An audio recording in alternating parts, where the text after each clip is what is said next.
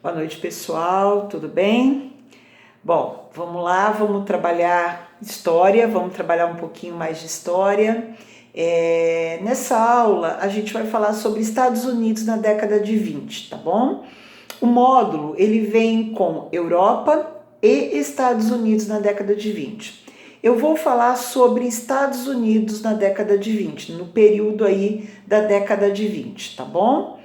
Primeira coisa que a gente tem que ter como referência: fim da Primeira Guerra Mundial. Esse é o contexto, tá? Primeira Guerra que aconteceu de 1914 a 1918 e ao final dela é o momento do nosso estudo, tá? Na Europa, parte do módulo, e Estados Unidos, o restante desse módulo para a gente estudar, tá bom?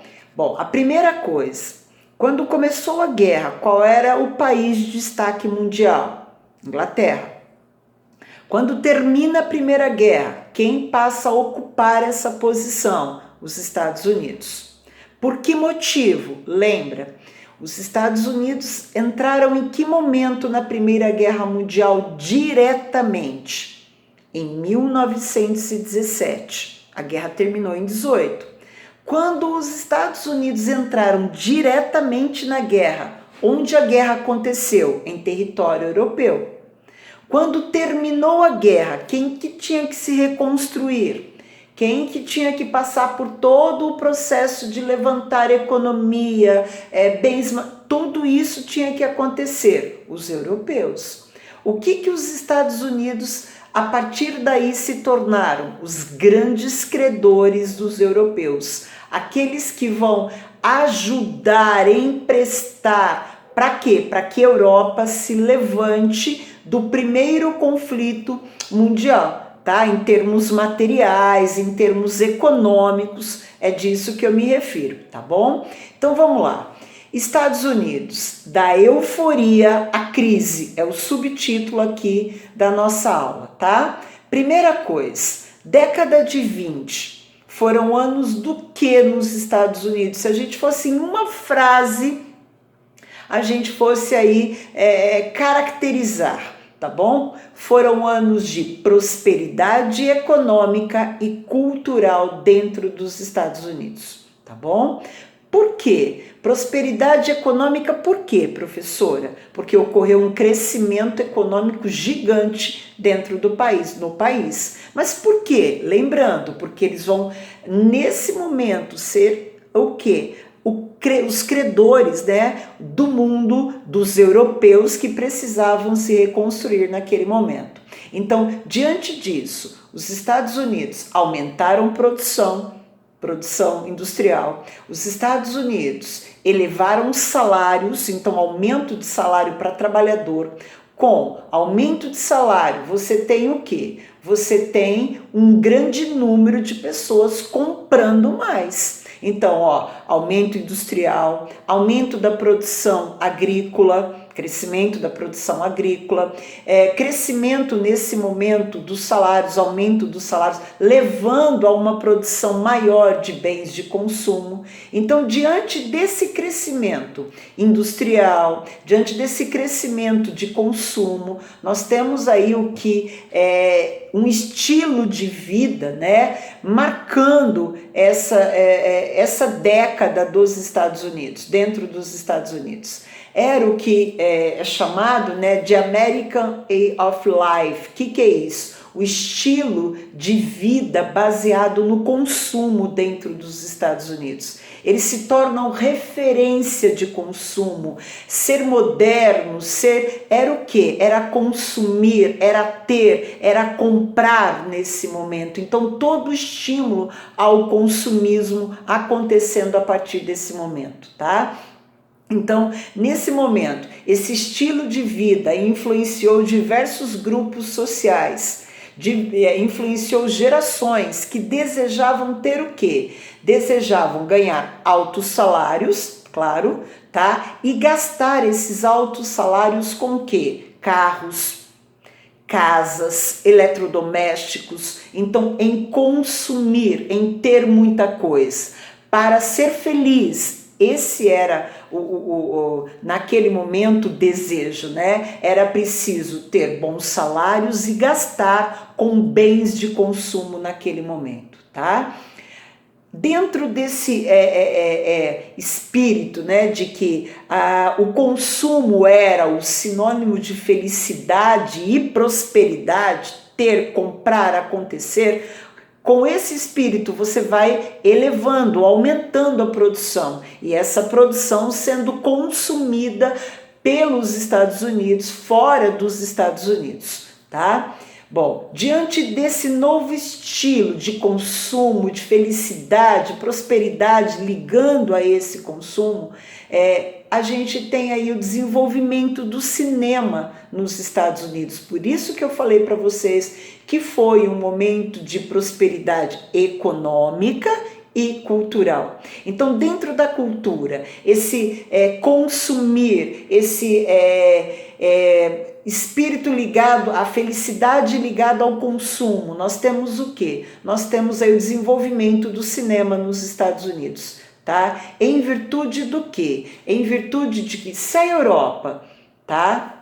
Ela, nesse momento, está saindo de uma limitação de guerra, em virtude do que aconteceu ali no cenário europeu, a indústria cinematográfica nos Estados Unidos, né, estadunidense, ela vai se desenvolver. É aí que nós vamos ter um crescimento gigante de Hollywood, né, um distrito de Los Angeles, que vai se transformar aí na capital do cinema estadunidense. Então, grandes atores, artistas, né, se transformando, usando naquele momento roupas que acabavam ficando, né, padronizando toda uma geração. Para ser feliz, você tinha que usar aquela roupa, você tinha que consumir aquele produto. O cinema fazendo todo o lançamento disso também. Tá? Junto do cinema, desse crescimento, nós vamos ter ali um estilo que também marca aí esse crescimento, esse desenvolvimento, essa prosperidade cultural, que é a difusão do jazz, tá? Dentro dos Estados Unidos. Mas o que é o jazz, professora? É uma manifestação cultural que mistura elementos da tradição africana com elementos da cultura ocidental.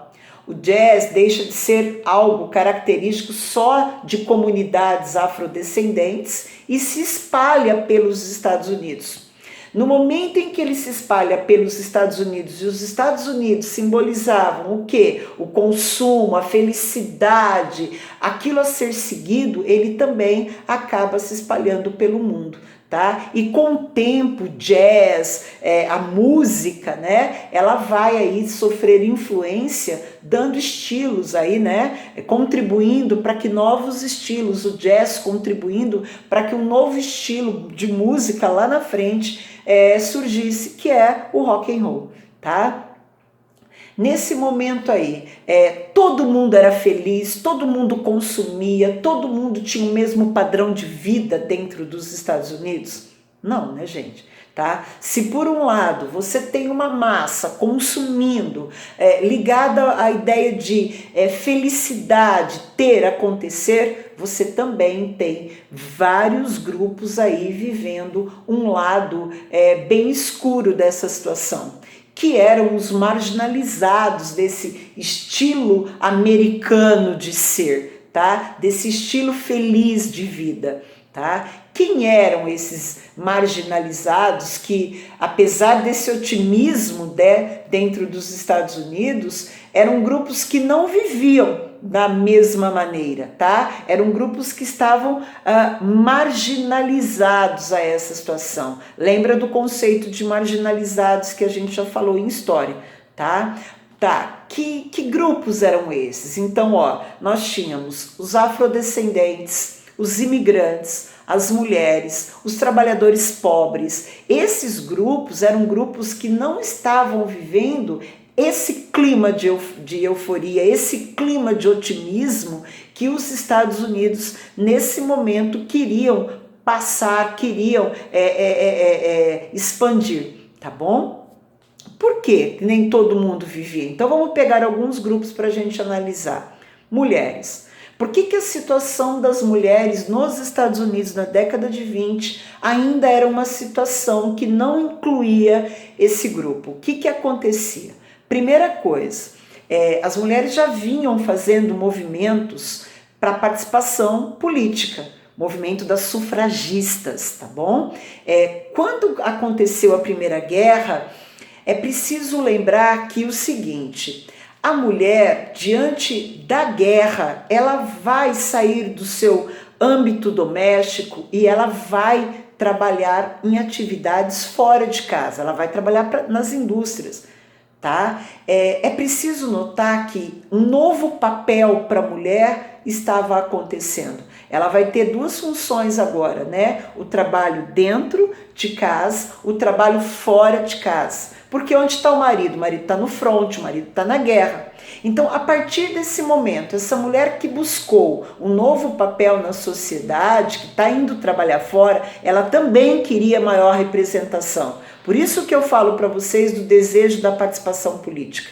Tá? Essa mulher, quando terminou a guerra, o que aconteceu? Aqueles que voltaram da guerra, os homens que voltaram da guerra, eles vão novamente ocupar esse espaço dentro da fábrica com o passar do tempo. E ao ocupar novamente esse espaço, as mulheres vão sendo o quê? Deixadas de lado. Elas vão perdendo o espaço novamente para os homens ali dentro. Muitas vezes ocupando cargos inferiores, recebendo salários menores, tá? Mulheres que tinham, né, a prática da violência contra a mulher ali, a ideia de que mulheres e homens exerciam papéis diferentes na sociedade.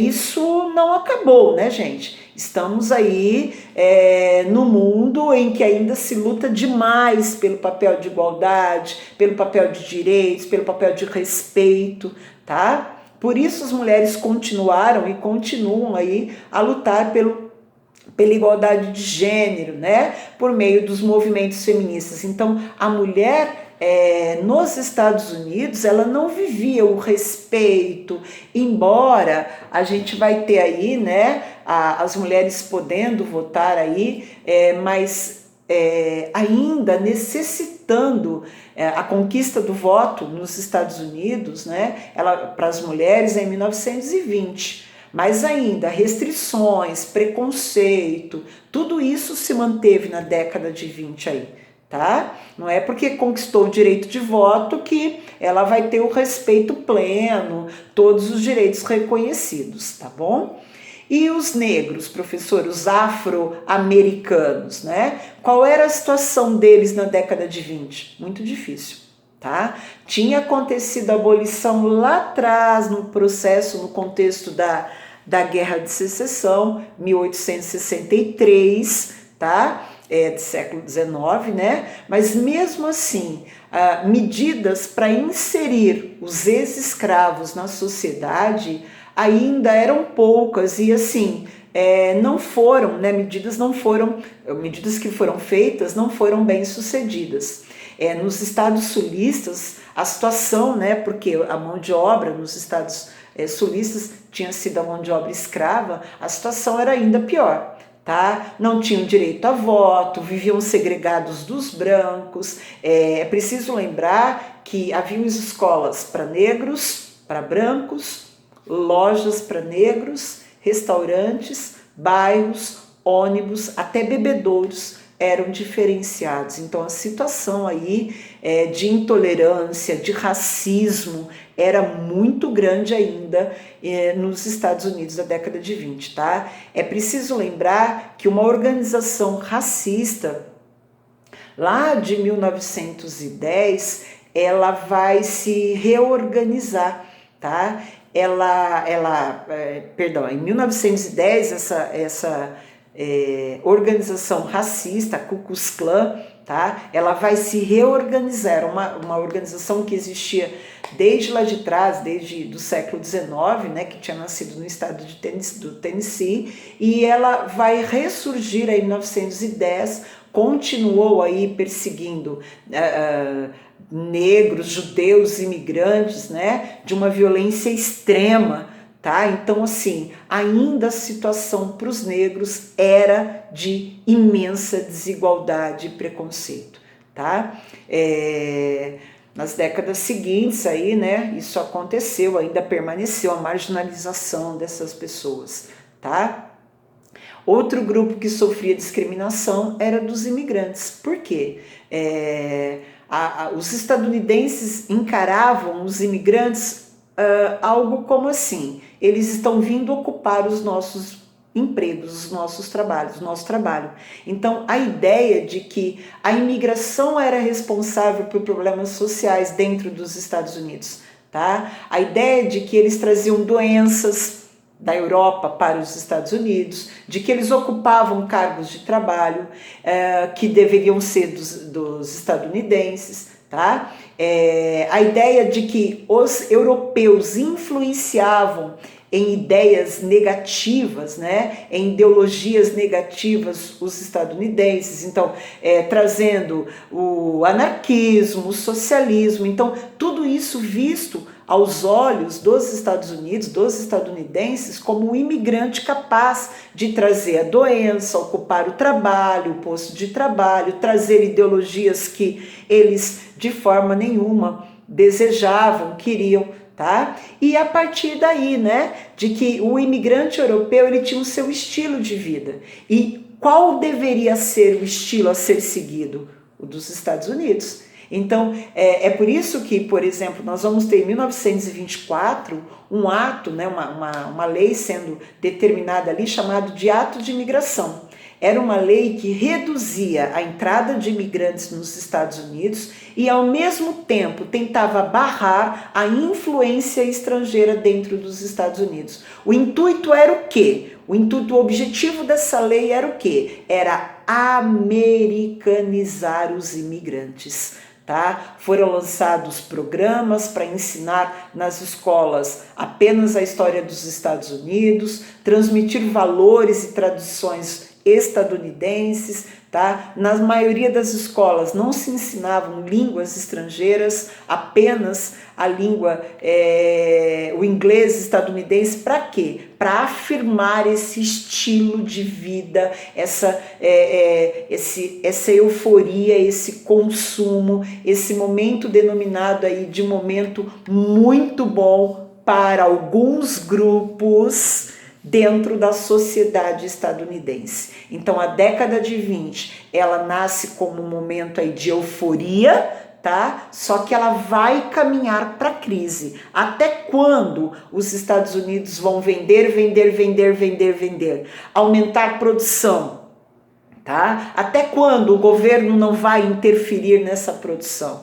Isso tudo vai caminhar até que a gente vai ter problemas lá na frente. Quando a Europa se reconstruir, ela vai diminuir as compras dos Estados Unidos. E aí, eles reduziram a sua produção?